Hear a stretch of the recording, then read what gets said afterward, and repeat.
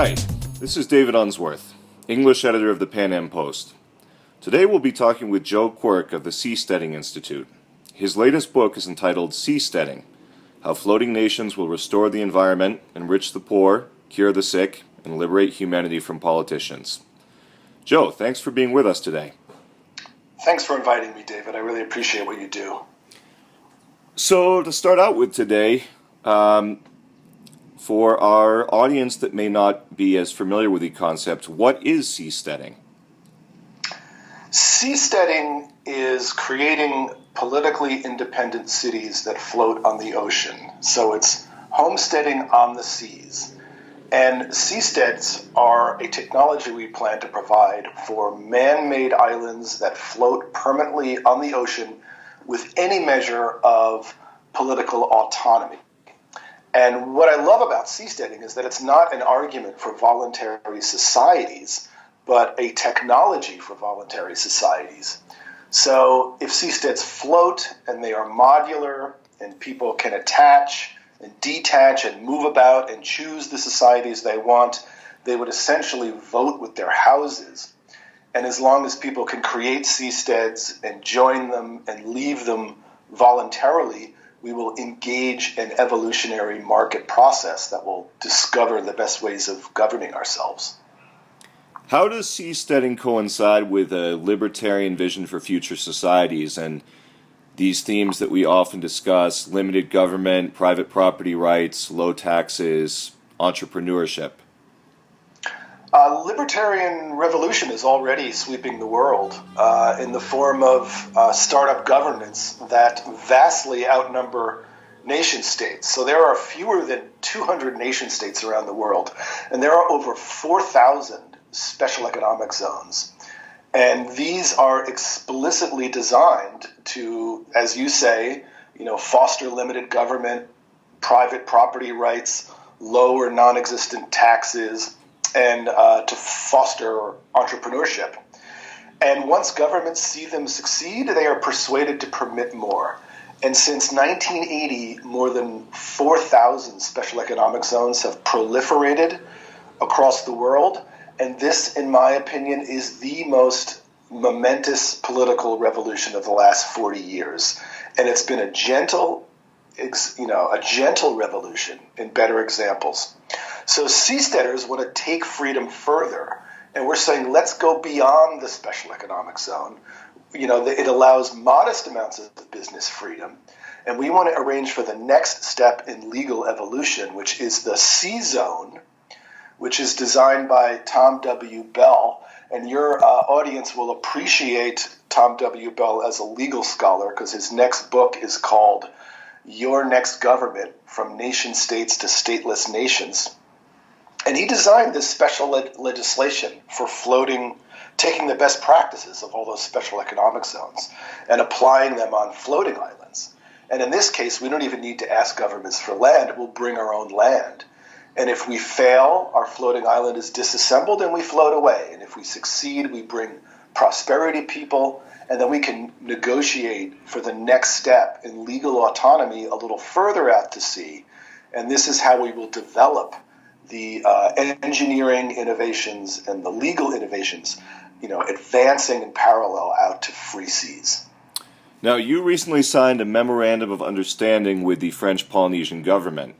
You're actually going to be having the first Tahitian seasteading gathering there next month. Tell us about how this will raise the international profile of seasteading, present a real opportunity to put a theoretical plan into action. It's already raising our profile, and it's very exciting. In January, French Polynesia signed an agreement to write legislation for a, quote, special governing framework, unquote, so entrepreneurs can experiment with new societies. And French Polynesia is perfectly suited to serve as a test bed for floating communities. I mean, their waters are calm. Their leaders have the vision to initiate what they already call the blue economy. And their people are descended from a long line of island navigators who created new societies. And the place is ridiculously beautiful. And during my 10-day tour of French Polynesia, I never met anyone who wasn't excited about the project, from government ministers to little kids. And you can imagine we are starting very small. These will be voluntary societies. They will disassemble and reassemble, so you can move your city block to live near the neighbors you want. And we're going to start with 2 or 3 pilot platforms, and I'm heading back to Tahiti next month. PayPal co-founder Peter Thiel started TSI with a contribution of $500,000. Tell us about his vision and his goals with providing the seed money for the concept of seasteading. Peter Thiel kickstarted the nonprofit Seasteading Institute as a philanthropist back in 2008, and he is not currently involved in any seasteading project. Excuse me. So I got involved with the Seasteading Institute in 2012, and I've never met Peter Thiel. So Thiel is a early stage guy, and now that we're in the stage of preparing to build floating islands, we have a whole new group of donors who support us. In fact, over 1,000 people have donated to the Institute. And they are mostly people of modest means, and that's how high the demand for freedom is. So it's in the form of what we call crowdfunding. Some of it's crowdfunding, some of it is just, most of it actually, is just people who donate to us out of the blue, often anonymously. And we are so busy building seasteads, we've done very little outreach and asking for donations. I have a mind to change that. We did a crowdfunding campaign for the Seasteading implementation plan 4 years ago. And I'm going to start another one so we can pay for the environmental impact study and the economic impact study soon. But most of it is just individuals reaching out to us. Now, how do you propose to coordinate the obvious logistical problems of one day operating, say, beyond the reach of national governments? We're talking about 200 miles offshore in international waters. So we don't believe in designing such a process from the top down. We believe in providing the platforms for other people to discover the solutions in a decentralized way. So by starting small and scaling up, we can create the technologies. And this isn't an abstraction. It's already been demonstrated by cruise ships, which are in practice self-governing. So we don't need to argue about politics on a cruise ship. All you need is the power to choose a better offer. And once you realize that what drives improvement in this market of governance is not the promises of politicians with power, but the power of individuals to choose something else. So we're trying to proliferate these choices on the sea. It's even if you think about workers on a cruise ship, they can quit one cruise line and choose another, and lo and behold, all of a sudden cruise lines are offering poor people from Indonesia health care as part of their job offer. And it's far from perfect, but the more choices people have, the better the services becomes. So if cruise ships are the governance technology for civil society, a seastead is a cruise ship that never docks. What would be the profile of a typical seasteader? At this point, over 3,500 people have filled out our survey specifying what they want from our floating island project. And they're an interesting bunch. They're from all over the world. They're from every income bracket. And what they all have in common is they're pioneers. They're people who want to be on the cutting edge of creating a new world. And hundreds of them have already sought us out and volunteered to help.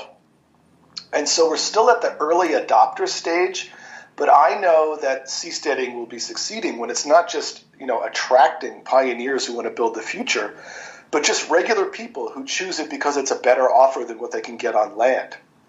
So the same way people don't choose cruise ships and then change their ideology to anarcho-capitalist, they just choose something better.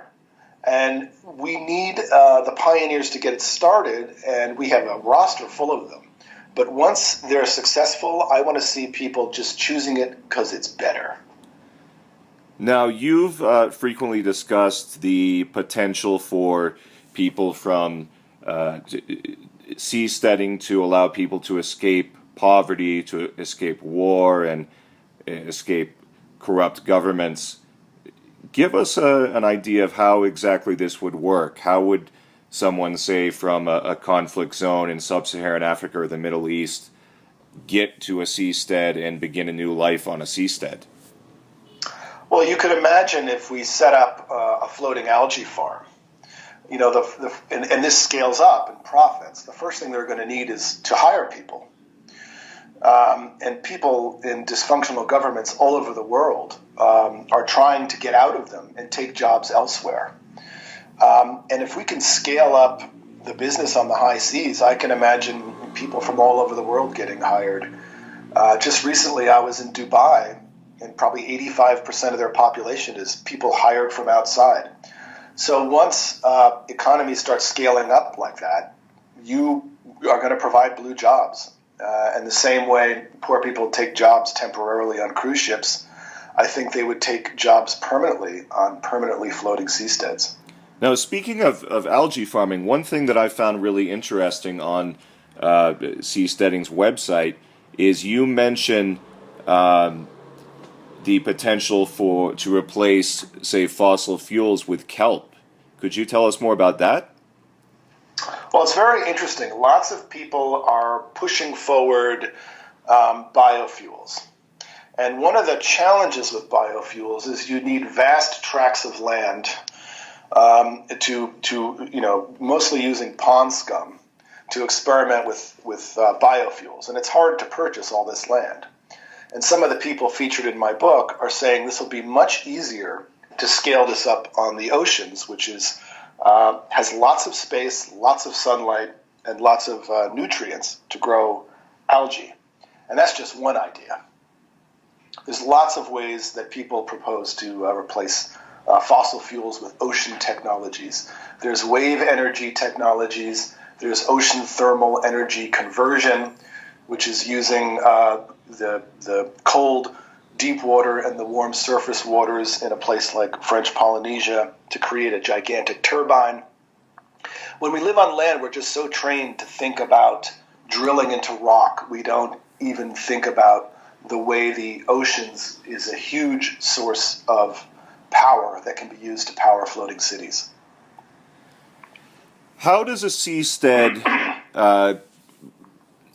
provide the what its citizens would expect of a traditional land-based government, such things as foreign policy, diplomacy, trade, passports, migration, not to mention international law and law enforcement? It will be up to the founders of the seasteads. And you can imagine if we have hundreds or thousands, and we will see what works. So this is why we're starting small. I don't believe societies can be designed. I think they have to be scaled up based on the choices of people. So the Seasteading Institute takes no position on which of these policies will work. We provide the technology for anybody to try their policies. And through voluntary choice and market competition, we will discover what works best. I think of seasteads as like the iPhone and the governance as the app. And of course, governance always emerges through diplomacy with other governance structures. Cruise ships have managed this magisterially. And what opened me up to this idea was attending Burning Man 14 times and seeing how rules evolve in ways that are unpredictable given their initial parameters. And it was at Burning Man, this floating festival. It's not a floating festival. It's a desert festival. If the desert is the sea, it is a floating festival. Yes, and people have called it a floating festival, but for different reasons. And that's where I met Patry Friedman. And I had already been on a cruise ship. Grandson of... Oh, sorry to interrupt. Grandson of the famous Milton Friedman, is that correct? Yes, he's the grandson of Milton Friedman, son of David Friedman.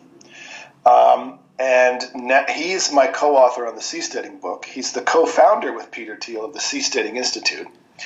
And David Friedman wrote The Machinery of Freedom, describing how societies could work in a decentralized way. Milton Friedman wrote Freedom to Choose, which is like the moral principles behind the libertarian view of the world. And Patri Friedman, in my opinion, conceived The Machinery of Freedom to Choose on Seasteads.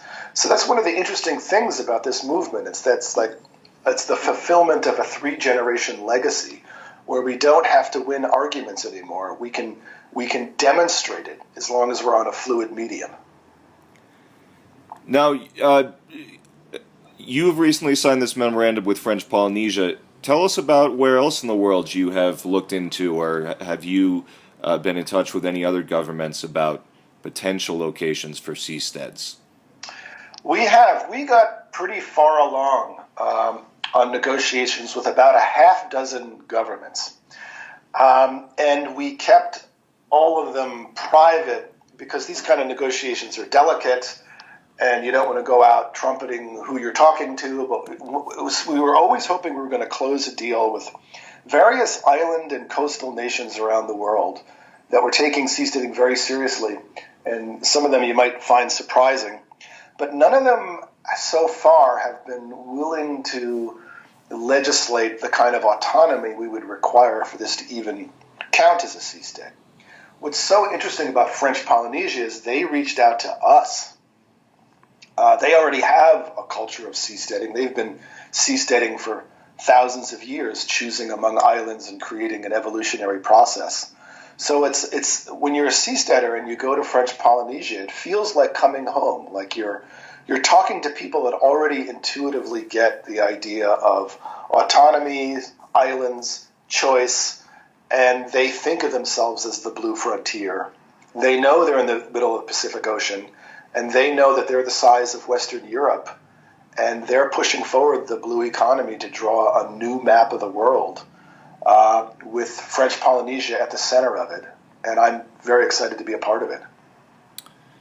Now, in the United States, we have movements, for example, such as the Free State Project in New Hampshire.